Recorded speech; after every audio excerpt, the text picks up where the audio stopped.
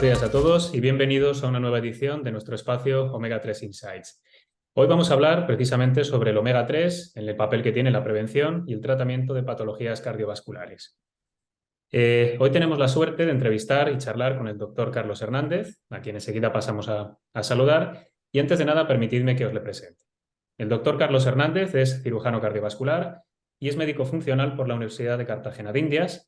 Tiene un máster en nutrición clínica en medicina por la Universidad Cardenal Herrera y en la actualidad, como comentaba, trabaja como cirujano cardiovascular en el Hospital Universitario de la Fe, en Valencia, donde desarrolla su trabajo con gran vocación y dedicación.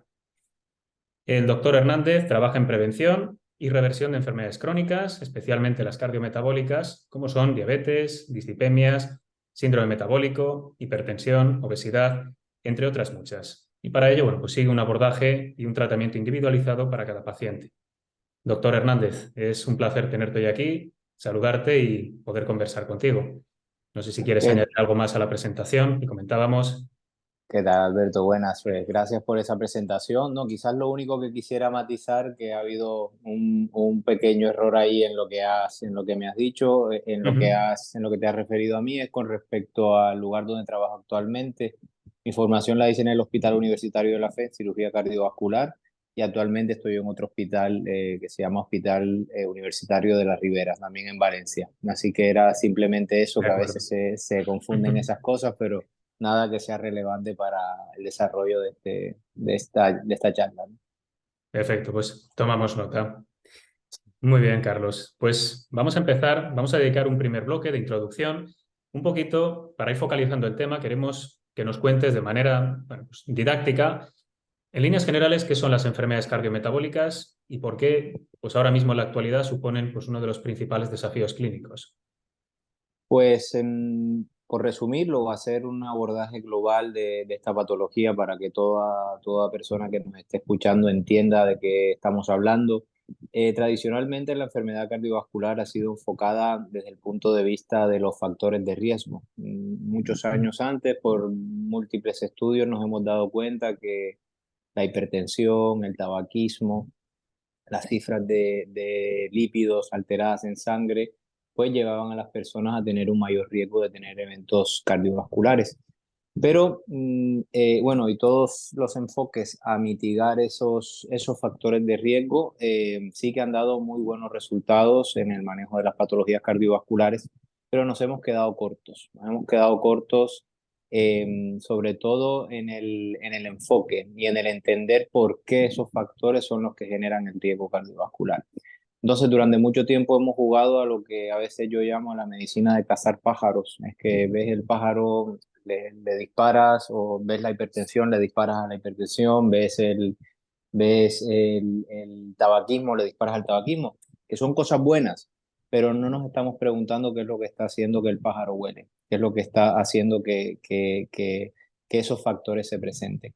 Y entonces, en los últimos 15, 10 años, hemos tenido como una revolución en el entendimiento de lo que son los factores de riesgo y nos hemos dado cuenta de que hay muchas otras cosas adicionales que tienen que ser consideradas en el manejo de la patología cardiovascular, sobre todo porque hemos empezado a entender que las alteraciones, sobre todo de los lípidos, de la hipertensión, van condicionadas por unas cosas que no estábamos midiendo previamente o que no estábamos teniendo en cuenta, que son los factores metabólicos.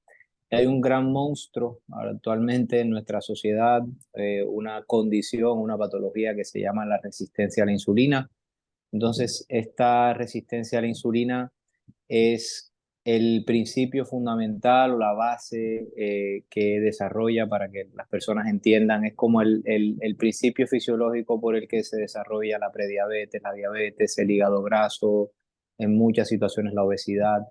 Entonces, entender esto, la resistencia a la insulina o los niveles elevados de insulina en sangre, en muchas personas termina siendo la base del desarrollo de la hipertensión, de la dislipidemia, de todas estas alteraciones que actualmente son las que llevan como consecuencia a las enfermedades cardiovasculares. Entonces, más o menos ese es el resumen que yo haría. Perfecto. Sí, nos has hecho una muy buena sinopsis y además hemos apuntado algunos temas que luego vamos a ir cubriendo con bastante más detalle. Me ha gustado mucho además ese símil de la medicina de cazar pájaros. Bien. Sí, sí, medicina Doctor, de tapar huecos también. O sea, cuando vemos sí, una variable, la queremos modificar, pero sin entender qué es lo que ha llevado a esa variable a alterarse, ¿no? casualidad Entonces, o casualidad. es un buen, eso exactamente. Sí, Muy bien. perfecto. Bueno, yo creo que hemos hablado un poquito sobre ello, pero las principales enfermedades cardiometabólicas que nos has comentado, si tuvieses que elegir tres, cinco principales, ¿cuáles señalarías? Em, a ver, no te podría dar un valor, no te podría dar un nombre y precisamente porque eso va en contra de lo que realmente pienso que es la salud.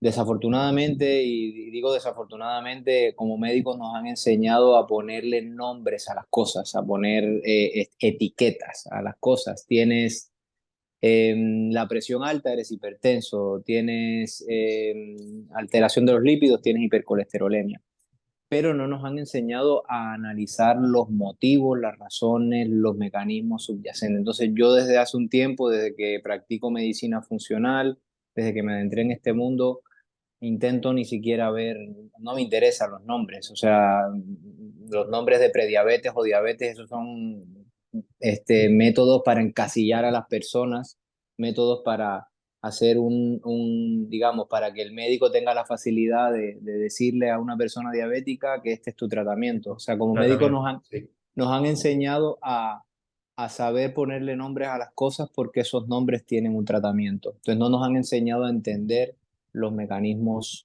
subyacentes de la enfermedad. Si yo te tuviese que dar un nombre, te diría resistencia a la insulina, hiperinsulinemia. En mi práctica médica, no quiere decir que en otras situaciones por fuera del punto de vista cardiovascular, pero yo creo que actualmente el principal asesino de nuestra sociedad es la resistencia a la insulina, la hiperinsulinemia subclínica, porque pasa desapercibida por la mayoría de los médicos. sí. Entonces, al no detectarla, esa hiperinsulinemia o esa resistencia a la insulina genera múltiples alteraciones inmunológicas, inflamatorias en los lípidos, a múltiples niveles, ¿no? Que no lleva a las personas a tener problemas cardiovasculares. Entonces, esa sería la que yo escogería. Perfecto. Y desde luego es muy interesante este cambio de paradigma que comentas, que abre las puertas, yo creo, a muchísima investigación y precisamente a no estar tan encasillados. Eh, Doctor, quería preguntarte también por qué piensas, o bueno, cuáles son las causas, si se conocen algunas o algunas hipótesis, de por qué han aumentado tanto la prevalencia, bueno, pues de este tipo de enfermedades en la población. ¿Obedece a un mejor diagnóstico, cambios en nuestro estilo de vida, dieta, ambientales? Supongo que será una mezcla un poco de todo. Sí, sí, absolutamente. Mirar, desafortunadamente, durante mucho tiempo hemos tenido como una mirada monolítica, sobre todo la enfermedad cardiovascular. Hemos tenido una mirada demasiado sesgada, mirada en poquitos focos, sobre todo y demasiado condensada en el tema del colesterol, el LDL colesterol. Y eso desafortunadamente como médicos, bueno, yo siempre lo digo abiertamente, que creo que nos ha embrutecido eso. O sea, como médico, el ver un valor y decir, esta es la causa y olvidarte y lo único que tienes que hacer es bajarlo. Entonces, nos ha perdido de vista la otra parte o la otra gran cantidad de factores que hacen parte de esa ecuación.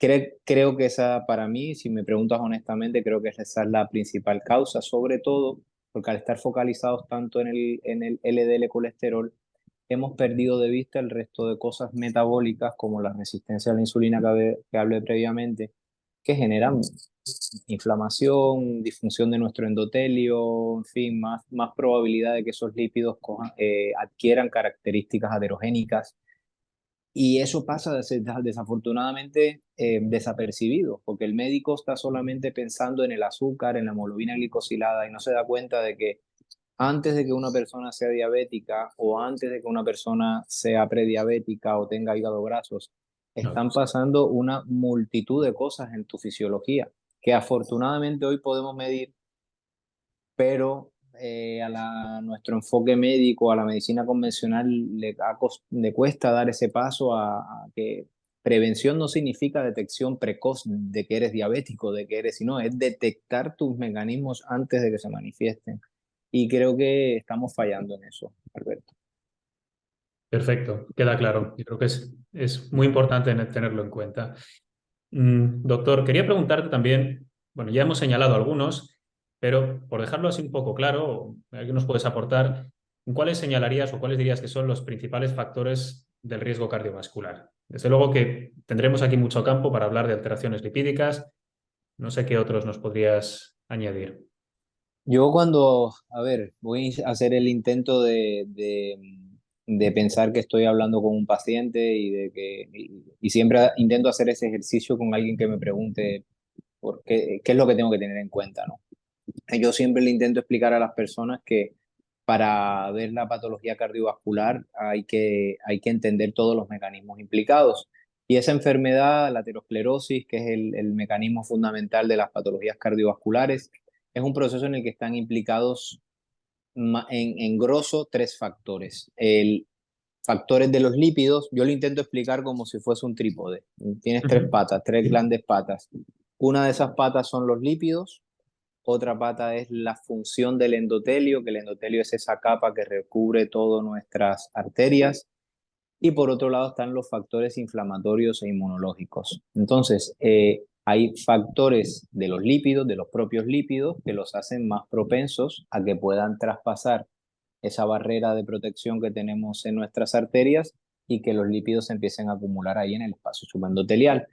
También hay factores del propio endotelio, o sea, factores, un endotelio dañado, un endotelio sin mecanismos de repeler a los lípidos, hace mucho más propenso a que cualquier LDL, cualquier colesterol, molécula, lo que sea, pueda traspasarlo.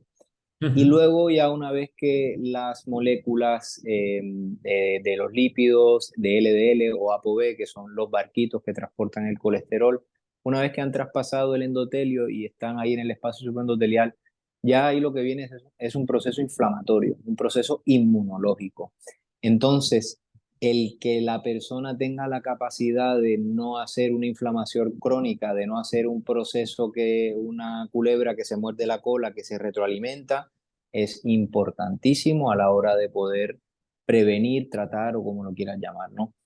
Para mí esos tres factores tienen que ser abordados en cualquier persona, tanto en el tratamiento como en la prevención, y con el mismo nivel de determinación. No puedo fijarme solo en el colesterol o en el LDL y dejar de lado la inflamación y dejar de lado la función del endotelio. Perfecto, queda claro. Luego volveremos un poquito a hablar sobre el colesterol, sobre inflamación. Entiendo un poco por la respuesta que nos dabas que efectivamente sí que tenemos pues, una capacidad, un margen de actuación precisamente pues, para frenar o contener un poco estos riesgos. Te quiero preguntar por uno que a mi juicio yo creo que es clave, es el tema de la nutrición y concretamente, ya que hemos abordado un poco este tema, el perfil de los ácidos grasos. ¿Qué ácidos grasos, qué vitaminas o bueno, u otros lípidos crees que están directamente relacionados con el riesgo cardiovascular? Bueno, eso es una difícil respuesta, la verdad, porque a mí y creo que nadie la tiene y a veces creo que hablamos de más, digamos, sobre las pruebas que realmente tenemos al respecto. Para hacer lo que es bastante complicado explicar, sencillo, digamos que se ha determinado durante mucho tiempo que tener el colesterol que mal llamamos colesterol malo, el LDL colesterol elevado, genera un riesgo cardiovascular, genera riesgo cardiovascular, perdón, y eso está claramente establecido en la literatura científica. Entonces, si nos vamos a, digamos, como a ver cuál es el perfil de nutrición que hace que esos ácidos grasos se eleve, digamos que el LDL colesterol se eleve o que baje, tenemos que los ácidos grasos saturados o las grasas saturadas, por así Ujú. decirlo, dentro Sí, de la alimentación en, digamos, en un porcentaje de la población hace que ese LDL colesterol se eleve. Más adelante hablaremos de las nomenclaturas del LDL y ApoB, yo porque siempre intento alejarme de este tema del LDL colesterol, porque es un marcador increíblemente impreciso para poder determinar el riesgo. pero a grosso modo para que me entienda quien me está escuchando. Entonces, las grasas saturadas tienden a elevar este marcador y si nos seguimos monolíticamente pensando que es el LDL colesterol es un marcador de riesgo en cualquier situación, pues tendríamos que decirle a la población que el consumo de grasas saturadas pues aumenta este marcador. Pero el tema está es que digamos, no tenemos la evidencia desde el punto de vista de la nutrición para decirle con total robustez a una persona, oye, es que el que consume grasa saturada se le eleva el colesterol, perdón, le da más eventos cardiovasculares. Sé que es complicado, tú entenderás también que estás en este Sí, mundo, a veces la correlación con la, digamos, con la causalidad es increíble y creo que a veces tomamos muchas afirmaciones como causales. El tema de los ácidos grasos saturados es un tema que está en mucho debate, si sí, si no. Yo me preferiría centrar acá en lo que quizás es más de nuestra charla, es el claro beneficio que hay en el consumo de los poliinsaturados, sobre todo omega 3, en la prevención del riesgo cardiovascular. Esto creo que ya es inequívoco. O sea, aquí en este apartado, en el de acá, no hay quizás debate con respecto a que claramente es mejor tener un consumo más alto de ácidos grasos poliinsaturados de la serie omega 3 de ambos, pero si tuviese, o sea, tanto de omega 6 como de omega 3 porque a mí no me gusta satanizar a los omega 6 creo que es algo que también que se no, hace desde luego, eso no. con frecuencia en estos momentos, pero que claramente en el contexto en el que se encuentra nuestra población actualmente, con un excesivo, muy excesivo consumo de omega 3, de omega 6, en una situación en la que estamos inflamados, en la que muchas de nuestras enzimas están haciendo que nuestro cuerpo coja ese omega 6 y lo meta más en ácido araquidónico, pues claro que iría mucho más a favor hacia un consumo de ácidos grasos poliinsaturados, pero de la serie omega 3 para un poco contrarrestar eso. Entonces, ahí en ese aspecto, Alberto, tú eres el experto, pero desde mi punto de vista tengo muchas menos dudas del papel fundamental o importante que tienen que cumplir estos omega 3 en la nutrición de los seres humanos en la actualidad. Queda claro, Carlos, perfectamente. Bien, mira, tenía una pregunta reservada, aunque yo creo que la hemos abordado, precisamente hablando del colesterol. Yo creo que ha quedado bastante claro que no es el único responsable de la película, es decir, de la enfermedad coronaria mortal. Hay muchísimos otros factores de riesgo que contribuyen a ese proceso, a ese riesgo heterogénico. Y sí que te voy a preguntar por uno en concreto, ¿vale? Es decir, si tiene alguna relación directa o cómo afecta en todo esto el tema de la hipertensión, ¿vale? De hecho, hablábamos de los omega 3 y la EFSA, la Agencia Europea de Seguridad Alimentaria, tiene emitida una alegación de salud que nos dice que el consumo de 3 gramos diarios de EPA más DHA, principales omega 3 de cadena larga, son eficaces para normalizar pues, tensión sistólica y diastólica. ¿Qué nos puedes contar? ¿Cómo afecta esa hipertensión y si te parece esa pauta suficiente, si podría ser extrapolable a mucha gente, a poca? ¿Cómo nos contextualizas esto? Bueno, la hipertensión arterial, digamos, cuando yo me enfrento a una persona con hipertensión arterial, tengo que hacer dos distinciones. Hay hipertensiones arteriales que son, digamos, con alta influencia genética, que es una proporción pequeñita, pese a lo que piensa la gente, que es que mi padre fue hipertenso, pues yo soy Viene de hipertenso. familia, No, sí. eso es algo que como médicos hemos cometido una catástrofe en el sistema de pensamiento de la gente muy grande.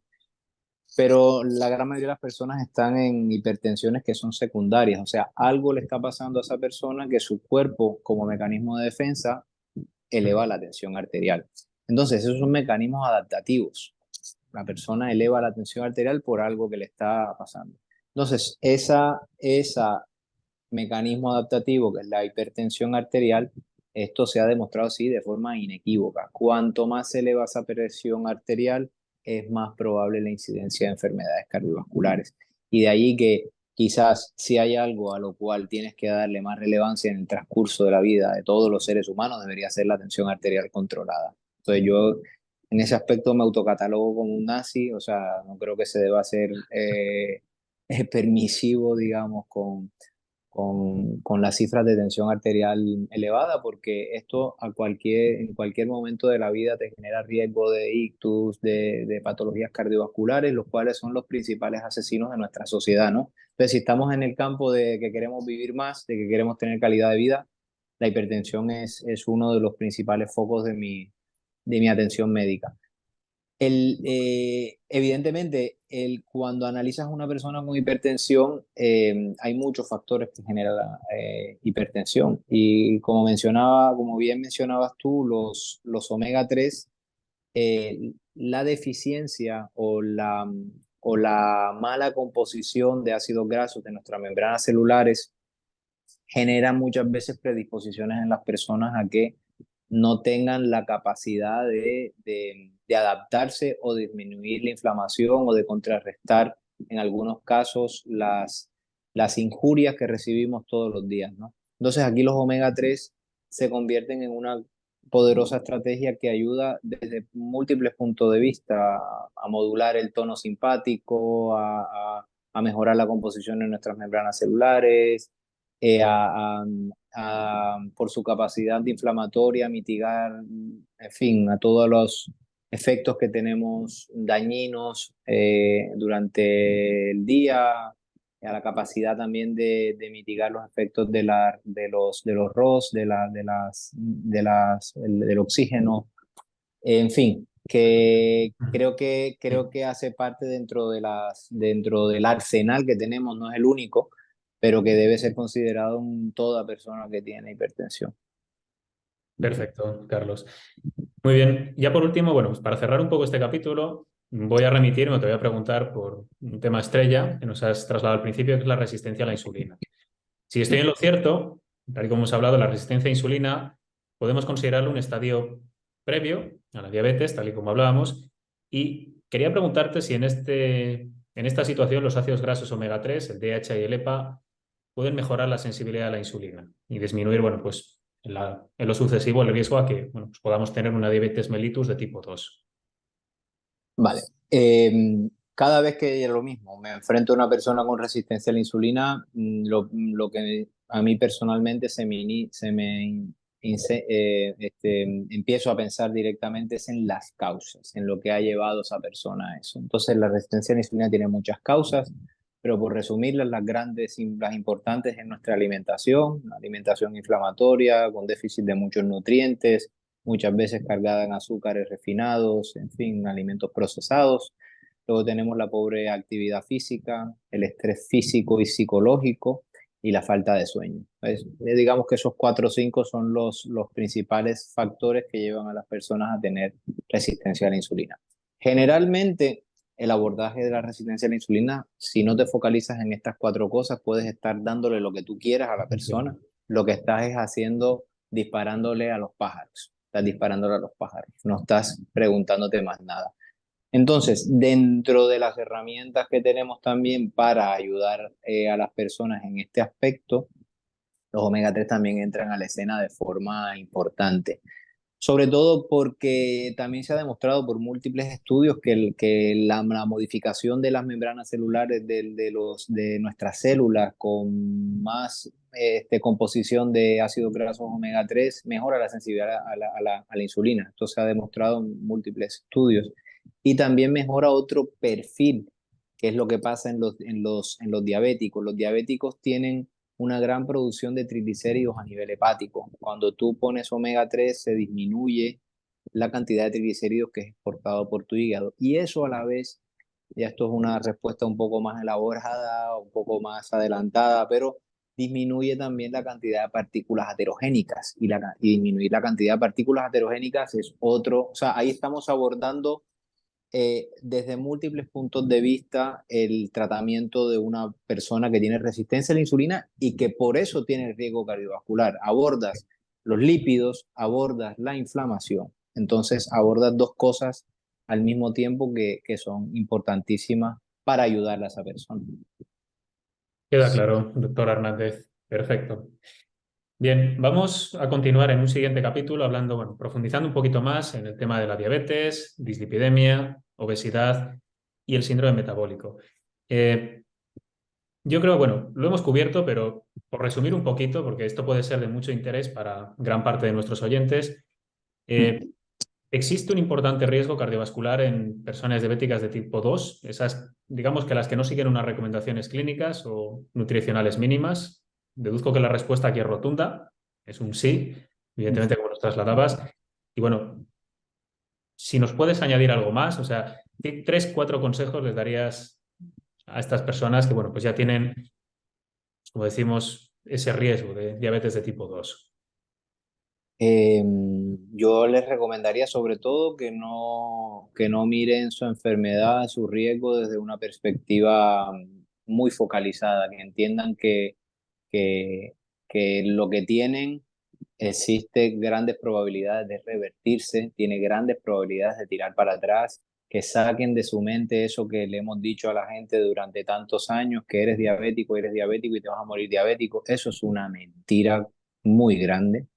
Te lo digo por experiencia, porque yo hasta Bueno, hace es cinco además años, una oda al optimismo, es un no, mensaje muy no, en favorable. serio. Luego, Eh, eh, Sí, sí, o sea, y lo digo con humildad y honestidad, o sea, yo hasta hace 5 años pensaba que un diabético y un hipertenso eran hipertensos y diabéticos, yo no tenía nada que hacer y que no tenía nada que hacer sino darle pastillas para, para sus cosas, ¿no? Hoy ya sabemos que las modificaciones del estilo de vida, que las modificaciones de los factores subyacentes que han llevado a las personas a expresar esas enfermedades, cuando los tratas, cuando los detectas, cuando los abordas, claro que las personas pueden tirar para atrás. No todas, pero claras mejorías puedes tener, o sea, mejorías inesperadas, sobre todo los diabéticos que ya están enganchados a la insulina. O sea, yo todavía es la hora y no conozco un diabético que no haya tratado con esa perspectiva, que no le haya podido quitar la insulina. Entonces, al tú quitarle la insulina a una persona exógena, quiero decir, le estás haciendo un gran favor a su vida, o sea, le estás quitando un riesgo muy importante de enfermar en el futuro. Entonces yo, optimismo, como lo dices tú, mostrarle a la persona que hay caminos, que no hay un solo camino, que hay muchos caminos, pero que entienda que tiene que gran parte de que el que se abran esos caminos depende de ella. Nosotros aquí médicos somos guías, la persona tiene que decidirlo. es importante precisamente esa voluntad por parte del paciente de ser consciente cómo puede revertir y atajar esta situación. Perfecto, es un mensaje muy, muy importante. Bien, quería preguntarte, bueno, ya que hemos hablado tanto también de los efectos, bueno, cardioprotectores que tienen los omega 3, el DHA y el EPA, ¿por qué tienen esos beneficios en personas diabéticas de tipo 2? ¿Cuáles resumirías que son, bueno, pues los principales focos de acción, probablemente a múltiples niveles? ¿Cuáles señalarías? Mira, esto es algo de lo que yo dedico actualmente bastante tiempo leyendo, porque los mecanismos es que no es uno, sino son múltiples y son muy difíciles de explicar hasta cuando lo intentamos hablar entre médicos, ¿no? Ujú. Yo siempre recuerdo hace varios años cuando le empezaba a poner omega 3 a mis pacientes, que mis propios colegas que saben del corazón, pues se reían de por qué le estaba dando yo aceite de ballena a los pacientes. Entonces, muchas veces el entendimiento de esto es complicado, pero bueno, lo que hacen los omega 3, digamos, cuando una persona es diabética, es hipertensa, tiene síndrome metabólico, esas patologías desafortunadamente se asocian con unos cambios enzimáticos en la cadena en la que digamos, se metabolizan los omega 3 y los omega 6. Entonces, esos cambios en esas enzimas que se llaman las desaturasas están digamos, están con una conformación que hacen que que si tú no estás con una buena cantidad de omega 3 en el cuerpo, los ácidos grasos que tú consumas puedan irse más por el camino como inflamatorio. Y una persona que ya está con resistencia a la insulina y con diabetes está inflamada por ese proceso en parte, o sea, por ese proceso en parte. Entonces, cuando tú le administras omega 3 a una persona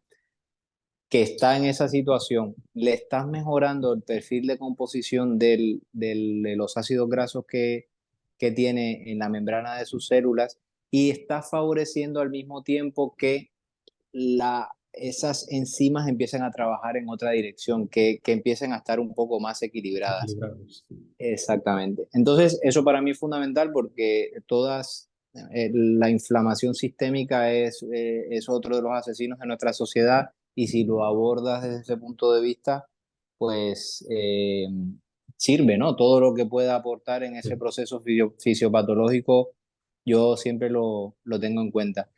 Y probablemente ahora se me está, bueno, ya lo hemos hablado antes, esa misma cambio de composición hace que tus células sean más sensibles a la insulina, otro aspecto, entonces puedes disminuir los requerimientos de insulina, pueden disminuir la cantidad de insulina que bombea tu páncreas, disminuye la hiperinsulinemia. Entonces, son cosas que ayudan a cualquier persona que tenga diabetes.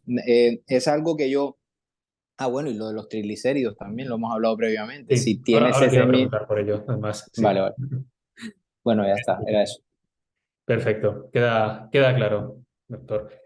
De hecho, nos mencionaban los triglicéridos, vamos con ello, porque la EFSA, la Agencia Europea de Seguridad Alimentaria, también recoge, bueno, pues los beneficios que nos dan 2 gramos de EPA y de DHA para normalizar esa hipertrigliceridemia. ¿En qué situaciones, en qué cuadros clínicos consideras que esta suplementación puede beneficiar al paciente? Bueno, también hay que diferenciar porque hay personas que tienen triglicéridos elevados de forma genética, o sea, las típicas hipertrigliceridemias familiares. Ujú. Y por un lado está ahora que es el otro aspecto, que es el mayoritario ahora, los triglicéridos elevados de causa metabólica, de resistencia a la insulina, de síndrome metabólico. Ambos se benefician, ambos, ¿vale? Lo que pasa es que, y esto es un poco mi opinión, no quiero aquí centrarme en lo que está escrito, lo que no. Lo que sí notas es que las personas que tienen hipertrigliceridemia familiar necesitan dosis mucho más altas, por lo menos eso es lo que yo veo en mi práctica. Ujú. Pues estas personas se mueven con triglicéridos de 500, 600, entonces los omega 3 hacen a dosis elevadas, por encima de 4 gramos, necesitas darle dosis contundentes para que esos triglicéridos bajen un 30% al menos. Algunas personas necesitas añadir algún medicamento para hacer una buena sinergia, pero desde luego pienso que tienen que estar salvo contraindicación en el manejo de una hipertrigliceridemia familiar. Y luego en el contexto de los triglicéridos elevados por patologías metabólicas, no suelo irme tan alto, o sea, no suelo subirlos tanto porque sé que el mecanismo fundamental por el que están elevados los triglicéridos es la salud metabólica. Entonces, normalmente al corregir la salud metabólica, los triglicéridos tiran para abajo, pero los sigo administrando a dosis un poco más, sí, a dosis de 2 gramos al día. Perfecto, doctor Hernández. Quería preguntarte también, porque bueno, yo creo que es algo que le puede estar interesando a mucha gente, a lo mejor desde hace unas líneas ya pensando, bueno, ¿y qué pasa con una situación como mi caso de, bueno, por ejemplo, en obesidad? ¿Vale? Es decir, ¿piensas que puede ser una estrategia eficaz para, bueno, pues ayudar a controlar el peso? Bueno, ahí ya que me haces una pregunta demasiado profunda. Sí, Si entendemos la enfermedad si entendemos la obesidad como una patología multifactorial, que factorial. como creo que se tiene que entender, Ujú. claro que o sea, no me atrevería a decirte los omega 3 son digamos, la panacea y es lo que va a curar la obesidad, eso sería absurdo Todos en este entendemos que hay contexto. muchas más cosas.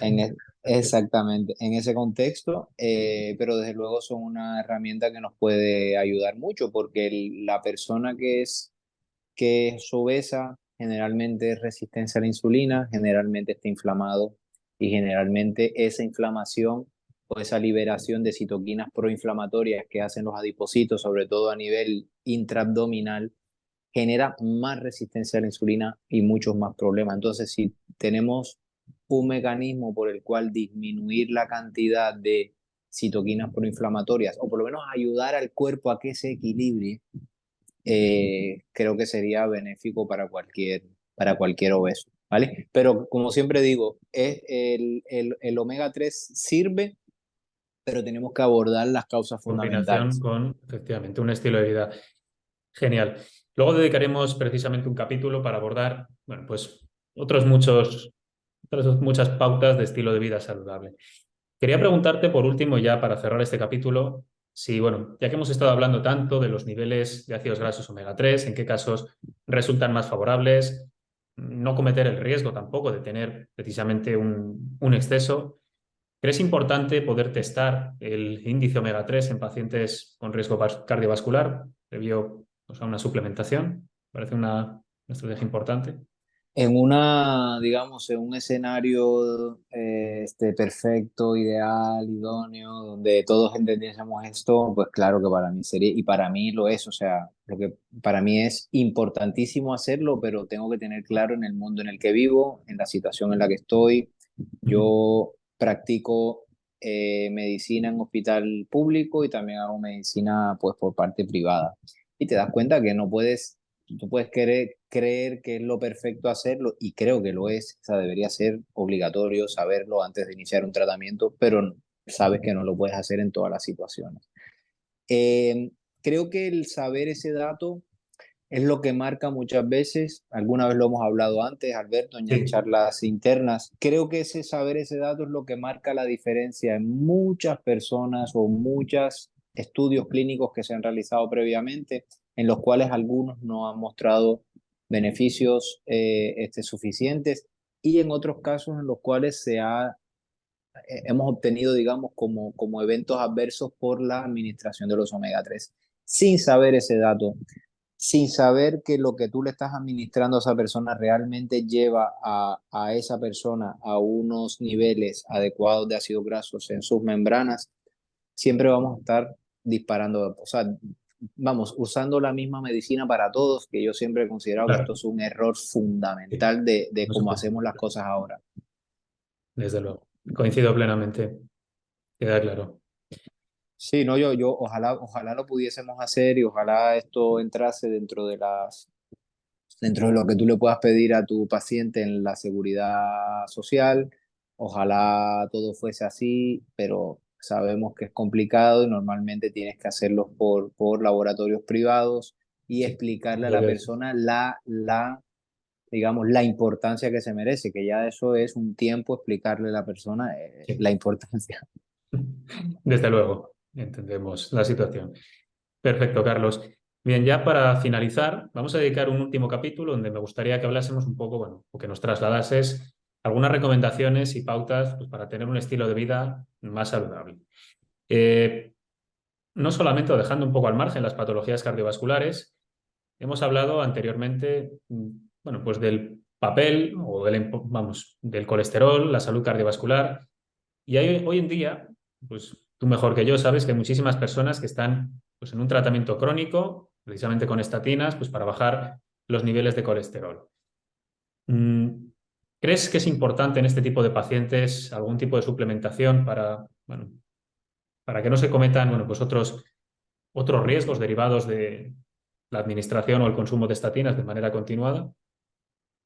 Eh, bueno, es profunda también tu pregunta, como todas, Alberto. A ver, ¿por dónde empezar? Eh, el mundo de las estatinas digamos, esta estatino, tanto no sé cómo decir, la fiebre de las estatinas esta mirada monolítica o dicotómica, diría yo, sobre las Sí. estatinas que existe donde por un lado está el cardiólogo que solo piensa que las estatinas son, digamos, enviadas del cielo para salvar a la humanidad y es el único medicamento y lo mejor que ha existido. Y por otro lado está quien piensa que es el demonio, que nunca se tiene que usar, que es lo peor que se ha producido. La Sí. verdad, como en todas estas situaciones, siempre está en el medio, en los contextos, en entender en qué nos pueden ayudar y precisamente me está veniendo a la mente ahora un paciente que tuve ayer por la tarde que estaba intentando convencerla de que necesitaba tomar las estatinas, de que tenía que tomarlas porque tenía una hipercolesterolemia familiar en donde el riesgo y el beneficio, que este es el análisis que muchas veces no se hace. Tienes que analizar el riesgo, el beneficio. O sea, siempre tienes que, si no le pongo este medicamento, ¿qué pasa? Y si se lo pongo, ¿qué pasa? Pues en esta persona el beneficio iba claramente hacia la administración. Una persona con hipercolesterolemia familiar está con cifras de partículas de LDL muy elevadas, con colesteroles muy altos, ApoB muy alta. En ese contexto, para mí es fundamental. O sea, yo creo que no hay discusión. Lo mismo que una persona que ya tenga un evento cardiovascular previo. Creo que no se tiene ni siquiera que llegar a esa consideración. Luego están los otros puntos, que es la prevención primaria, el paciente que no ha tenido ningún evento cardiovascular, los que tienen ligeras elevaciones del colesterol, donde aquí, digamos, es un mundo ahí muy gris donde se permiten como otras visiones o otras consideraciones. Pero al que yo le tengo que poner las estatinas, tengo que ser consecuente con que estos medicamentos generan efectos adversos. Y si yo como médico no los acepto, pues no me voy a dar cuenta. ¿Qué es lo que pasa? Que el médico, el super creyente de las estatinas, como creen que son enviadas de Jesucristo, no quiere ver o no quiere aceptar que tiene efectos adversos. No los mide, no los tiene en cuenta, no los analiza. Entonces, pueden tener riesgo en las personas de diabetes, tienes que controlar que la persona no se genere resistencia a la insulina y luego tienes que entender que las estatinas afectan muchos procesos dentro del cuerpo, entre ellos disminuir la cantidad de coenzima Q10 y la cantidad de coenzima Q10 que tiene que si tú afectas eso, estás afectando múltiples procesos internos dentro del cuerpo, sobre todo para lidiar con el estrés oxidativo, sobre todo para lidiar con la eficiente producción de energía en la cadena transportadora de Sí, electrones. Entonces, yo claro. siempre lo tengo en cuenta y desde luego yo solamente puedo hablar por lo que hago yo. Toda persona que bueno, la inmensa mayoría y estimado paciente, si se me ha olvidado contigo, te pido perdón porque yo normalmente hago, siempre que voy a poner una estatina, generalmente lo asocio a ubiquinol, coenzima Q10 a dosis un poco altas, ¿vale? Para mitigar ese posible efecto adverso que pueda tener. Perfecto. Te agradecemos mucho, efectivamente, este ejercicio de poner todas las cartas sobre la mesa y precisamente desgranarlo, plantear distintas situaciones. Creo que esto va a ser de muchísimo valor para nuestros oyentes. Bien, ya las últimas preguntas quería, bueno, abordarlas un poco, cambiar un poco el tema y ¿Sí? hablar, bueno, pues de algunos tipos de arritmias, como hemos comentado anteriormente, a título personal. Sobre todo, bueno, pues conceptos o situaciones como la fibrilación atrial, donde se ha descrito, bueno, pues que el EPA y el DHA pueden tener un efecto preventivo, incluso terapéutico. No obstante, y ahora voy a ser yo el que haga un poco el mismo ejercicio que nos trasladabas tú, también hay voces que sugieren que aquí un exceso de omega 3 pues, puede llegar a ser contraproducente, sobre todo en niveles muy altos. ¿Qué recomendarías en estos casos? ¿Consideras importante poder medir, testar esos niveles de omega 3 para poder un poco individualizar esa suplementación? ¿Cómo lo abordarías? Entiendo que hay muchísimos tipos de arritmias y yo aquí acepto mi ignorancia, por supuesto. No, pero es un tema, bueno, de este quizás podríamos hablar más horas de lo que hemos hablado previamente, porque ya es un tema, digamos, bastante más profundo dentro del entendimiento que es los omega 3, ¿no? De esto hay charlas en internet de horas y ni aún así se llegan a conclusiones adecuadas. Entonces, que no pretendo ser yo quien llegue a eso, ¿no? Entonces, para el que me esté escuchando, el tema con los omega, con la fibrilación auricular, digamos, que es la arritmia cardíaca más frecuente y la que afecta con mayor probabilidad a las personas que están por la calle, que es la fibrilación auricular, que es considerada hasta cierto punto benigna, porque es que no te mata, no te da una parada, pero sí la persona lo pasa mal. Tiene que estar ingresando en el hospital de forma frecuente porque se le dispara el corazón, tienen que estar anticoagulados, ¿vale? Entonces el riesgo de anticoagulación genera riesgo a sangrar, en fin, que va encaminado con unas cosas que no tienen nada que ver con que sea benigno. Entonces, anteriormente, hace muchos años, se han hecho estudios para ver si los omega 3 generaban algún efecto, ¿no? En disminuir esto, ¿no? Algunos mostraban que era benéfico, otros que era neutro. Entonces, ese es más o menos como se ha quedado tiempo antes. Pero ahora, desafortunadamente, lo que hemos hablado tú y yo antes, algunos estudios han informado de que de que el riesgo de arritmias se presente, o sea, de que el riesgo de que esta arritmia se presente aumenta conforme aumentas la dosis del omega 3. Entonces, eso ha llevado a que en los últimos 4 años, 2 años, se genere una cierta fobia o una cierta resquemor al momento de administrar los omega 3 en las personas. Ujú. Yo he tenido muchas situaciones con pacientes y simplemente expreso lo que yo digo cuando me enfrento a esta situación. Si yo veo una persona que tiene fibrilación auricular, yo intento medirle el omega 3 porque factores inflamatorios, o sea, digamos, la arritmia puede ser causada por aumento del tono simpático, por inflamación, por muchas cosas, ¿no?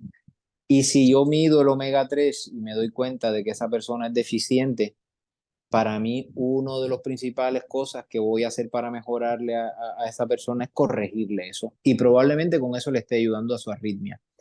Pero si yo no lo mido y se lo doy a todo el mundo sin ninguna consideración, pues probablemente esté dándole unas dosis muy grandes a personas que ya tengan unos niveles quizás correctos. Y ahí es donde entra el margen de te estás pasando, lo que hablábamos Sí. en algún momento, ¿no? De nos estamos Ujú. pasando, pero no te estás dando cuenta que te estás pasando y eso es lo que reflejan los estudios, desde mi punto de Claro, vista, ¿no? desde luego. Sí, creo que es muy clara esta conclusión, efectivamente. Bien, doctor, ya para ir terminando, te voy a pedir simplemente que nos comentes otros nutrientes o moléculas que tú consideras pues, importantes para mitigar pues, otros factores de riesgo cardiovascular que hemos hablado, como son el estrés oxidativo o la inflamación. ¿Vale? Los dos factores que, bueno, creo que son un denominador común de las enfermedades cardiovasculares. Bueno, es solo mirar, es que, bueno, los omega 3 la coenzima Q10, analizar bien que las personas tengan unos niveles adecuados de vitamina D, que también ayuda inmunomodulando y disminuyendo la inflamación. Y mire, me has pillado un poco con los calzones bajos, como dicen ahí, porque normalmente no suelo estar como que pendiente hago lo mismo para todas las personas, sino cada persona para mí es un mundo diferente, suelo pedir analíticas bastante profundas y en función de esas analíticas empiezo a jugar con lo que con la que persona necesita. Pero para mí es fundamental entender desde el punto de vista cardiovascular todo lo que afecte a la inflamación, todo lo que altere nuestro sistema inmunológico y todo lo que altere la función de nuestro endotelio. Y eso son una cantidad de cosas, Alberto, que es imposible Sí. abordarlas, ¿no? Entonces yo es lo que suelo tener en cuenta y con nutrientes, con nutracéuticos, intentar, bueno, la vitamina C también hace parte dentro de mi arsenal, porque es increíblemente inocua para la mayoría de las personas y nos ayuda también a manejar los procesos oxidativos, en fin, a muchas otras cosas. Sí, Y creo que eso sería mi respuesta, ¿sí? perfecto, doctor. Bien, ya por último, y ya con esta pregunta concluimos nuestra entrevista, te voy a pedir tres consejos o tres recomendaciones dirigidas, estamos hablando un poco de que queremos particularizar, pero lo más extensibles posibles a toda la población general, pues para fomentar un estilo de vida saludable y sobre todo pues, para poder trabajar individualmente pues, en la prevención de todas estas patologías cardiovasculares. Por obvias que sean, yo creo que siempre es necesario pues eso, que nos las A trasladéis ver, desde vuestra experiencia. sí, a ver, yo creo que como humanos, si bien somos muy diferentes, compartimos como una estructura o una columna vertebral de cosas que nos viene bien a todos, ¿no? Entonces, Ujú. esas son las cosas sobre las cuales yo hago énfasis. Y ya el tema de la individualidad es un poquito aquí, un poquito allá de ciertas cosas, pero la base o la estructura creo que para todos los humanos termina siendo la misma. A nivel de la alimentación, yo le digo, o sea, el ser más, el tirar más para alguna corriente ideológica es secundario para mí. Para mí lo importante es que la persona coma alimentos reales, alimentos sin procesar, alimentos que intentar que no tengan aditivos, que no tengan tanta azúcar ni cosas en exceso. Es fomentar que la persona vaya al mercado a hacer su compra, ¿no? Que esto es algo que se ha perdido donde no hay etiquetas, donde las cosas las vas agarrando de así. Y eso es un consejo que muchas personas me han agradecido, el no ir no ir al supermercado, al Mercadona, aunque, bueno, no hay que ser tan excesivo, ¿no? Pero el fomentar que vuelvan a ir a los mercados, donde no hay etiquetas, no hay empacados, no hay nada procesado, es un buen punto de partida. Ya te digo, en función de la enfermedad que estemos tratando, de lo que queramos corregir, pues tendrás que hacer ciertas modificaciones en macronutrientes, en micronutrientes, en fin.